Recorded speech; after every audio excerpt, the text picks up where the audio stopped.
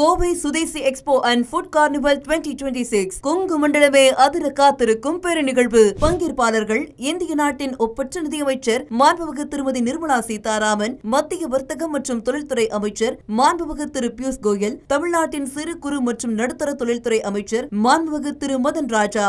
இது மட்டுமின்றி வர்த்தகம், கலாச்சாரம், உணவு ஆகியவற்றின் ஒட்டுமொத்த சங்கமம். நாள் ஆகஸ்ட் 8, 9, 10. இடம் கோவை ரத்தினம் கிராண்ட்ஸ் ஹால், பொள்ளாச்சி சாலை, கோயம்புத்தூர். அனைவரும் வாரீர். அனுமதி இலவசம்.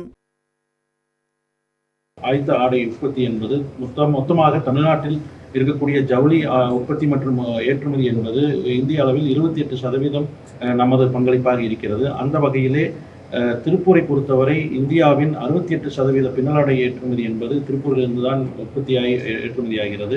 அந்த வகையிலே பின்னலாடை வாரியம் வேண்டும் என்று நாங்கள் கடந்த பல வருடங்களாகவே மாநில அரசாங்கங்களை கேட்டு வந்திருக்கின்றோம். அந்த வகையிலே இந்த அரசாங்கம் பொறுப்பேற்ற பின் அதற்கான தரவுகளை எல்லாம் எங்களிடம் கேட்டு பெற்றிருந்தார்கள். இந்த பட்ஜெட்டில் அந்த அறிவிப்பு வரும் என்று எதிர்பார்த்திருந்தோம். இந்த அறிவிப்பு வராமல் இருக்கிறது. அதே போல தொழிலாளர்கள் குடியிருப்பிற்காக 1,00,000 தொழிலாளர்களாவது குடியிருப்பதற்காக ஒரு குடியிருப்பு வசதிகளை ஏற்படுத்த வேண்டும் என்று கேட்டிருந்தோம். அதற்கான அறிவிப்பு இந்த பட்ஜெட்டில் வரவில்லை. சிறு குறு தொழிலுக்கு கிட்டத்தட்ட 2,600 கோடியை ஒதுக்கியுள்ளார்கள். ஸ்கில் டெவலப்மெண்ட்டுக்காக 2,200 கோடியை ஒதுக்கியுள்ளார்கள். இதெல்லாம் திருப்பூர் தொழில்துறைக்கு தேவையானவற்றாகும். அகில இந்திய பில்லர் ஆடை தொழிலுக்கு தேவையானதாகும். டிட்வேர் போர்டு வேண்டும் என்று கேட்டிருந்தோம். தனியாக MMFக்காக ஒரு நிதியை ஒதுக்க வேண்டும் கேட்டுள்ளோம். அவர்கள் அதை ஒதுக்கவில்லை. எல்லாவற்றுக்கும் மேலாக ஹாஸ்டல் வசதிக்காக தனியாக ஒரு மானியம் வேண்டும், ஒரு கேபிட்டல் சப்சிடி வேண்டும் என்று கேட்டிருந்தோம். அதை இந்த பட்ஜெட்டில் கூறவில்லை. எங்களுடைய கோரிக்கை இந்த மூன்றையும் அவர்கள் கவனித்து இதற்காக அனௌன்ஸ்மெண்ட்டை அவர்கள் செய்ய வேண்டும் என்று கேட்டுக்கொள்கிறோம். பல்வேறு கோரிக்கைகளை அனுப்பியிருந்தோம். அதில் குறிப்பாக பின்னலாடை வாரியம் என்று வேண்டும் என்று கேட்டிருந்தோம்.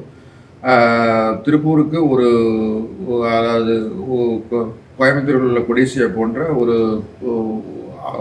வடிவமைப்பு, அதாவது கண்காட்சி வளாகம் வேண்டும் என்று கேட்டிருந்தோம்.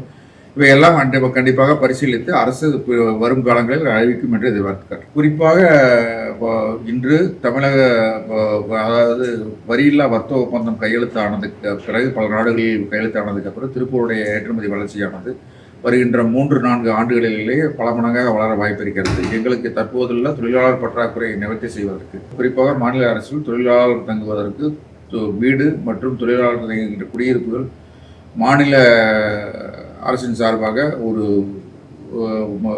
நிதி வேண்டும் என்று கேட்டிருந்தோம். அது கண்டிப்பாக பரிசீலனை இருக்கும் என்று எதிர்பார்க்கின்றோம். இது வரும் காலங்களில் அறிவிக்கப்படலாம் என்று எதிர்பார்க்கிறோம்.